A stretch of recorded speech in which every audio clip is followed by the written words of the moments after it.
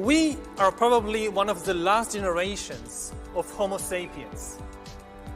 Within a century or two, Earth will be dominated by entities that are more different from us than we are different from Neanderthals or from chimpanzees.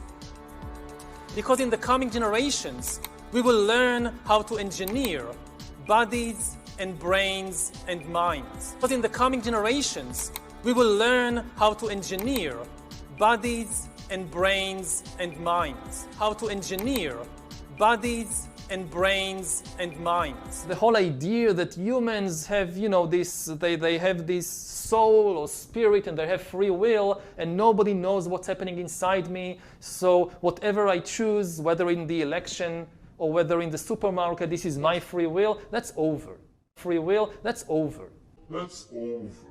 All this story about Jesus rising from the dead and being the Son of God, this is fake news. I think that fake news have been with us for thousands of years. Just think of the Bible. Because the gods, like Jehovah in the Bible, they could create only organic beings. If you're a creationist and you look at the world, so all these animals, all these plants, God created them and they are all organic. Now humans are trying to do better than that. Also see a change in the nature of surveillance.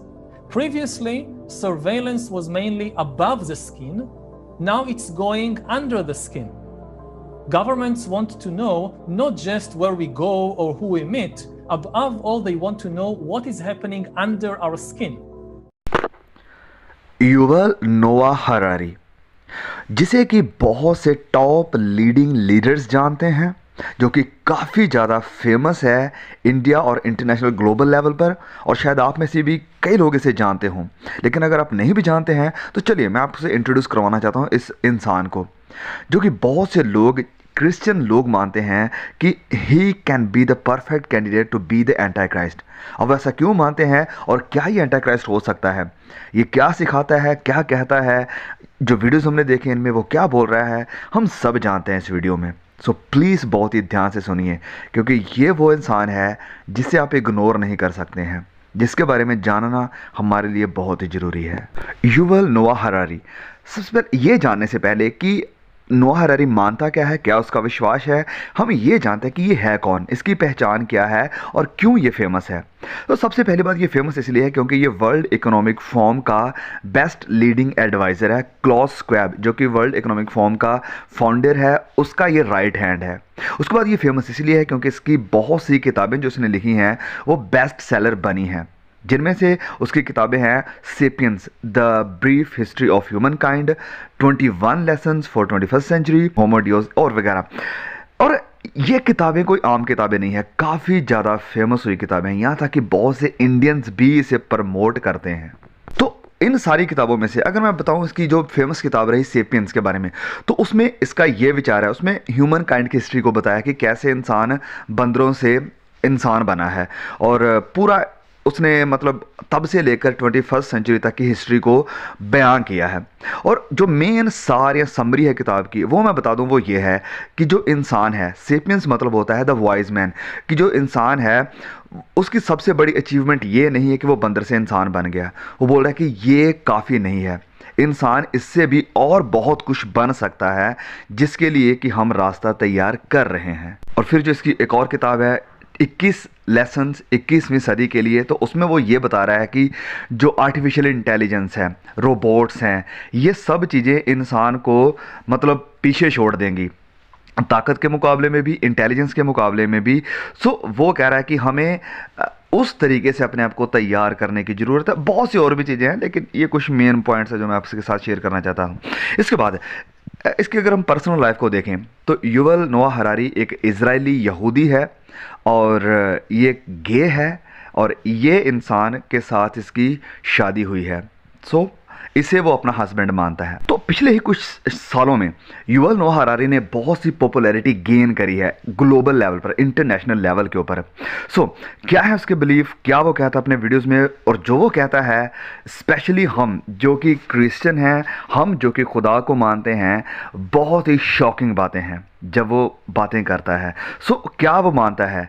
वो कहता है कि human इंसान जो है वो hackable है, सिर्फ कंप्यूटर को ही हैक नहीं कर सकता, अब इंसान भी ऐसा हो चुका है कि हम उसे हैक कर सकते हैं और उन्हें कंट्रोल कर सकते हैं। और फिर जो इसका लीडर है क्लॉस स्क्वैब, जिसका ये राइट हैंड है, वो भी ये मानता है कि हम जीन्स को, यानी हमारे जो जेनेटिक्स है, उन्हें एडिट करके इंसान को एक नई आइडेंटिटी, एक नई पहचान दे सकते हैं। So you see where the world is heading toward. आप देख सकते हैं कि हमारा जो संसार है, दुनिया है, वो किस तरफ जा रही है। और ये जो ग्लोबलिस्ट हैं, जो दुनिया के ऊपर रूल करना चाहते हैं, वो किस तरह से एंटी क्राइस्ट के लिए रास्ता तैयार कर रहे हैं। तो मैं फिर से बता दूं कि ये कोई आम इंसान नहीं है। He is the best selling author. उसके बाद बड़े बड़े जो ग्लोबलिस्ट हैं, Barack Obama, Bill Gates, Mark Zuckerberg, ऐसे जितने भी बड़े बड़े लोग हैं, ग्लोबल लेवल के ऊपर इसकी पॉपुलैरिटी है, बेस्ट सेलर है, बहुत सी किताबें इसकी। और फिर मैं इस वीडियो में 3 आउटलाइंस यहाँ पर दूंगा और सीक्वेंस में हम देखेंगे इसकी वीडियोस को कि कैसे सबसे पहले परमेश्वर को कैसे ये मजाक बनाता है, एक नए टेक्नोलॉजिकल रिलीजन लाने की बात करता है। और फिर तीसरी चीज़ हम देखेंगे कि अंडर स्किन सर्विलियंस, मतलब स्किन के अंडर सर्विलियंस, मतलब झांकना, देखेंगे कि हमारे अंदर क्या हो रहा है। सो ये सारी तकनीकों का वो क्या करेंगे ये आने वाला वक्त ही बताएगा, क्योंकि बाइबल हमें बताती है प्रकाशित वाक्य अध्याय 13 में कि एक ऐसा ग्लोबल लीडर आ रहा है जिसका नाम है एंटी क्राइस्ट, जो कि इस दुनिया के ऊपर रूल करेगा और जो कि एक नए तरीके का रिलीजन शुरू करेगा कि जिसमें सब लोग उसके आगे झुकेंगे, उसी की तरफ देखेंगे और उसकी महिमा करेंगे। पास्ट में यानी अतीत में हम इसकी बहुत सी उदाहरणें देख चुके हैं। नीरो ने, कैसर ने अपनी वर्शिप करवानी चाहिए। उसके बाद जब हिटलर आया उसका भी यही मोटिव था और वो हुआ भी। लोग उसकी आराधना करने लगे, उससे सब कुछ मानने लगे। फिर जब कैनेडी, अमेरिका का प्रेसिडेंट, जब वो पावर में आया तो उसको भी लोग ऐसे ही सजदा करते थे। सो यही सेम चीज़ की हम कह सकते हैं कि झलकियाँ देख चुके हैं, एक परेशानियाँ देख चुके हैं अतीत में, पास्ट में। लेकिन फ्यूचर में एक बड़े लेवल के ऊपर ये सब होने वाला है और ये सब लोग उसके लिए रास्ता तैयार कर रहे हैं। चलिए क्लिप्स को देखते हैं और सबसे पहले देखते हैं कि वो कैसे परमेश्वर के नाम की निंदा कर रहा है।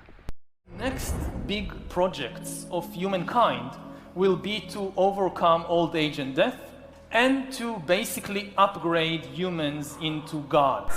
ओके, तो सुना आपने, सबके सामने वो सबसे पहले क्या कह रहा है कि सबसे बड़ा हमारा प्रोजेक्ट होने वाला है कि ओल्ड एज यानी बुढ़ापे को और फिर मौत को ख़त्म करना और इंसान को खुदा के लेवल तक पहुंचा देना। In the Bible, in the book of Genesis, basically the first thing God does is to create animals and plants and humans according to his wishes.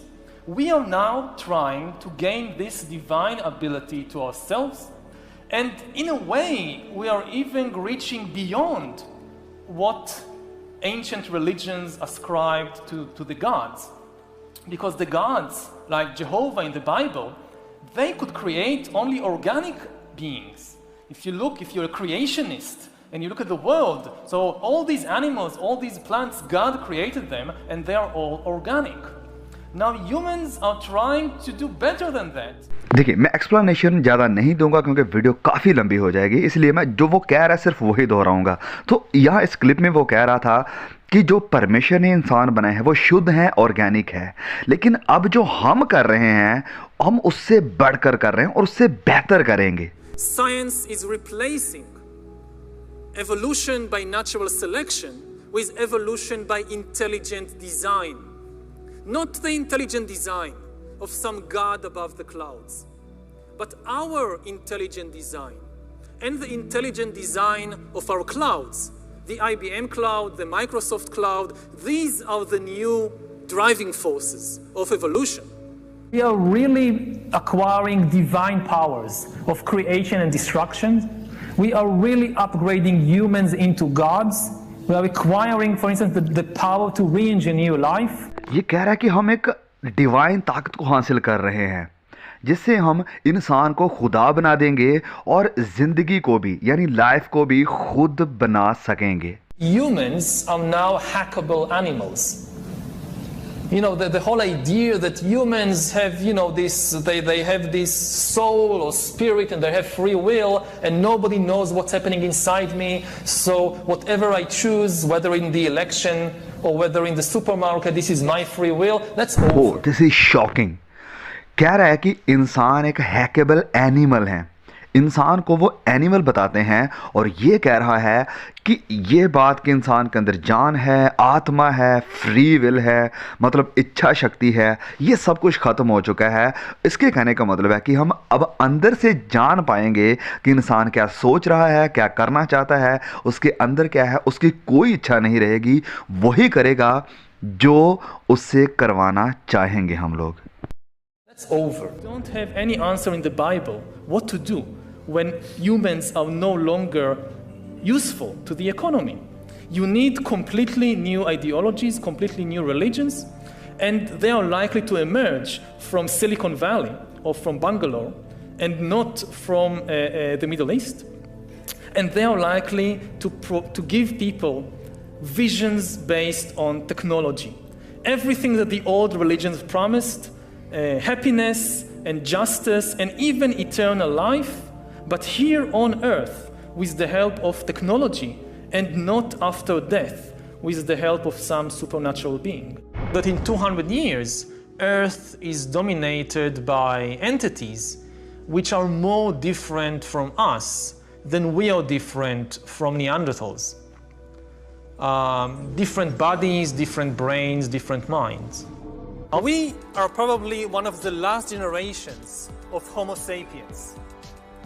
Within a century or two, Earth will be dominated by entities that are more different from us than we are different from Neanderthals or from chimpanzees. Because in the coming generations, we will learn how to engineer bodies and brains and minds. इस clip में Yuval का दावा ये है कि हम last generation है, हम अंतिम पीढ़ी हैं इन होमोसेपियंस की। हम होमोसेपियंस मतलब जैसे मैंने बताया कि बुद्धिमान, लेकिन वो कह रहा है कि हमारे बाद एक ऐसी एंटिटीज़, एक ऐसी जनरेशन आ जाएगी जो कि हमसे बिल्कुल ही अलग होगी। जैसे कि आज हम अलग हैं बंदरों से, वैसे ही वो लोग अलग होंगे हम इंसानों से। और वो कह रहा है कि अब हम शरीर को, बदन को, जहन को मतलब इंजीनियर कर सकेंगे, बना सकेंगे। माय गुड्स, मैं नहीं जानता हूँ कि ये सब वो क्या बोल रहा है, कैसे होगा ये सब, कैसे ये मुमकिन होगा, ये तो वक्त बताएगा। लेकिन जिस तरह से टेक्नोलॉजी में एडवांसमेंट हमें देखने को मिल रही है, जीन एडिटिंग, डीएनए एडिटिंग, ये सब कुछ, ट्रांसह्यूमनिज्म, एलॉन मस्क की न्यूरालिंक, ये सब चीज़ें, हाँ, इन सब चीज़ों को मुमकिन कर सकती हैं। और ये देखते हुए हम जो प्रभु यीशु के ऊपर विश्वास करने वाले हैं देख सकते हैं कि हाउ क्लोज वी आर, हम कितना एंड में आ चुके हैं। जिस एंड की बात वचनों ने करी थी, हम उसके भी एंड में पहुंच गए हैं। Artificial intelligence and technology in general are going to break out of this limited realm of organic biology and create something completely new. Surveillance, people could look back in 100 years and identify the coronavirus epidemic as the moment when a new regime of surveillance took over, especially surveillance under the skin, which I think is maybe the most important development of the 21st century, is this ability to hack human beings, to go under the skin, collect biometric data, analyze it, and understand people better than they understand themselves. This, I believe, is maybe the most important event of the 21st century. क्या सुना आपने कि under skin surveillance होगी, कि अंदर से जान सकेंगे और लोगों को अंदर से इतना जान सकेंगे कि जितना आप भी अपने बारे में नहीं जानते होंगे। और वो कह रहा है कि 21वीं सदी की ये सबसे बड़ी एक उपलब्धि या अचीवमेंट होने वाली है कि लोगों को अंदर से जान लेंगे। Oh, this is out of my mind. analyze it and understand people better than they understand themselves, this, I believe, is maybe the most important event of the 21st century. Maybe in a couple of decades, when people look back, the thing they will remember from the COVID crisis is this is the moment when everything went digital. And if this was the moment when everything became monitored, that we agreed to be surveyed all the time, not just in authoritarian regimes, but even in democracies. जब लोग future में पीछे देखेंगे मुड़कर तो वो कहेंगे कि 21वीं सदी में जब ये पेंडेमिक, जब ये कोविड-19 आया, तो ये वो वक्त था जब लोगों ने अपने आप को अलाउ किया कि हम मॉनिटर होना चाहते हैं, हम चाहते हैं कि हमें अंदर से देखा जाए, झांका जाए कि हम अंदर से क्या कर रहे हैं। और ये किसी बोल रहा है कि तानाशाही राज्य में नहीं होगा, वरन डेमोक्रेसी में, लोकतंत्र में हो रहा है। And if this was the moment when everything became monitored, that we agreed to be surveyed all the time, not just in authoritarian regimes, but even in democracies. And maybe most importantly at all, this was the moment when surveillance started going under the skin. Because really we haven't seen anything yet.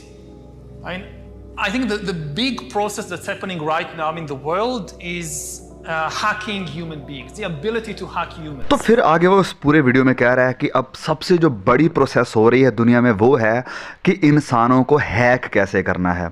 तो वो आगे कहता है कि hack कैसे करना, नहीं कि आप क्या पढ़ते हैं, क्या देखते हैं, आप क्या सुनते हैं, क्या सर्च करते हैं, वरन आपको अंदर से हैक करना, अंदर से देखना। सर्विलेंस मतलब होता है निगरानी करना, अंदर से देखना कि आप क्या सोच रहे हैं, क्या विचार कर रहे हैं, कहाँ जाना चाहते हैं, किसको वोट देना चाहते हैं, किसके खिलाफ खड़े होना चाहते हैं। सो अंदर से देख लेना, अंदर से झांक लेना, ये सबसे बड़ी प्रोसेस है। और इन चीज़ों के लिए वो कह रहा है कि हमें डेटा की ज़रूरत पड़ेगी। सो डेटा सिर्फ बाहरी तौर पर ही नहीं, वरन अंदर का डेटा भी जो हमारे अंदर चल रहा है। सो ये सब कैसे मुमकिन होगा, इनके लिए उन्होंने ऑलरेडी प्लान को, रास्ते को तैयार किया है। और ये सब होगा जेनेटिक्स को मॉडिफाई करके, डीएनए को मॉडिफाई करके, हमारे अंदर कुछ ऐसी चीज़ को भेजकर जिसके साथ हमारी पूरी आइडेंटिटी को ही तब्दील कर दिया जाए। Surveillance going under our skin. Mass surveillance systems established even in democratic countries which previously rejected them. And we also see a change in the nature of surveillance. Previously, surveillance was mainly above the skin. Now it's going under the skin. Governments want to know not just where we go or who we meet. Above all, they want to know what is happening under our skin. ये बातें जो Harari यहाँ पर कर रहा है, इनके बारे में सोचना ही कितना भयंकर है। वो कह रहा है कि सरकारें पहले चाहती थी कि आपको ऊपर से निगरानी की जाए, कैमरा लगाकर ये वो, कि आप कहाँ जा रहे हैं, कहाँ बैठ रहे हैं। लेकिन अब वो सिर्फ आपको बाहर से ही देखना नहीं चाहती है, आपको अंदर से भी देखना चाहती हैं कि आपके अंदर ख्यालों में क्या है। And this is so disturbing.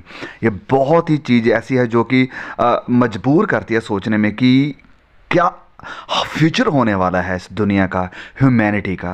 मैं सच कहूँ तो ये सच में बहुत ही शॉकिंग है। मैंने कभी भी किसी इंसान को नहीं देखा उन सब बातों को करते हुए, ऐसे विचारों को प्रकट करते हुए, ऐसे प्लान को रखते हुए। और ग्लोबल प्लेटफॉर्म के ऊपर बड़े बड़े लोग इसे जानते हैं, बड़े बड़े प्लेटफॉर्म इसे दिए जाते हैं बात करने के लिए। और ये ऐसी बातें कर रहा है, ऐसे विचार रख रहा है, ऐसे प्लान्स बता रहा है जो कि एंटी क्राइस्ट को छोड़ कोई और नहीं चाहता है करना, जो बातें ये कह रहा है करने की। सो ये चीज़ें हमें मजबूर करती है बाइबल के ऊपर विश्वास करने के लिए कि जो लिखा है वचन में कि एंड वक्त में होगा, जो आने वाला है, उसके लिए हमें तैयार होने की ज़रूरत है। और इसकी बातें सुनकर, इसकी बातों को, परमेश्वर के बारे में इसके विचारों को सुनकर मुझे बाइबल की वो आयत याद आती है। मैं पढ़ना चाहूँगा हम सब के लिए। दानियेल अध्याय 11 वचन 37। वह अपने पूर्वजों के देवताओं की चिंता ना करेगा, ना स्त्रियों की प्रीति की कुछ चिंता करेगा, और ना किसी देवता की, क्योंकि वह अपने आप ही को सभी के ऊपर बड़ा ठहराएगा, अपने आप ही को। और फिर यही कॉन्सेप्ट नए नियम में भी हमें देखने को मिलता है, जब प्रेरित पौलुस लिखते हैं थेसलोनिकिया की कलीसिया को। क्या लिखते हैं? जो विरोध करता है और हर एक से जो परमेश्वर या पूज्य कहलाता है अपने आप को बड़ा ठहराता है, अपने आप को बड़ा ठहराता है और विरोध करता है किसका? परमेश्वर का और उसकी बातों का। और फिर सुनिए प्रकाशित वाक्य में क्या लिखा है? और उसने परमेश्वर की निंदा करने के लिए मुंह खोला, परमेश्वर की निंदा करने के लिए मुंह खोला कि उसके नाम और उसके तंबू अर्थात स्वर्ग के रहने वालों की निंदा करे। अब ये सारे जो वचन मैंने यहाँ पर कोट किए हैं, तीनों वचन, ये तीनों वचन एक्चुअली यूज़ किए गए हैं एंटी क्राइस्ट के लिए, एक ऐसे ग्लोबल लीडर के लिए जो कि परमेश्वर के खिलाफ खड़ा होगा और परमेश्वर के लोगों के खिलाफ खड़ा होगा और अपने आप को ऐसा बड़ा दिखाएगा कि अपने आप को खुदा बनाएगा। तो ये एंटी क्राइस्ट के लिए सारे वचन यूज़ किए गए हैं और इसमें कोई भी सरप्राइज वाली बात नहीं है कि क्यों जो क्रिश्चियंस हैं, बाइबल को मानने वाले हैं, क्यों वो मानते हैं कि ये एंटी क्राइस्ट के लिए एक परफेक्ट कैंडिडेट है। सो आपने जो कुछ भी इसके बारे में भी सुना, जो कुछ भी इसके मुंह से सुना, क्या आपको भी नहीं लगता है कि ये एक परफेक्ट कैंडिडेट है to be the Antichrist? अब देखिए, हम नहीं जानते हैं कि एंटी क्राइस्ट ये होगा, इलॉन मस्क होगा, मार्क जुकरबर्ग होगा, क्लॉस श्वाब होगा, बिल गेट्स होगा, कौन है, because we do not know the identity.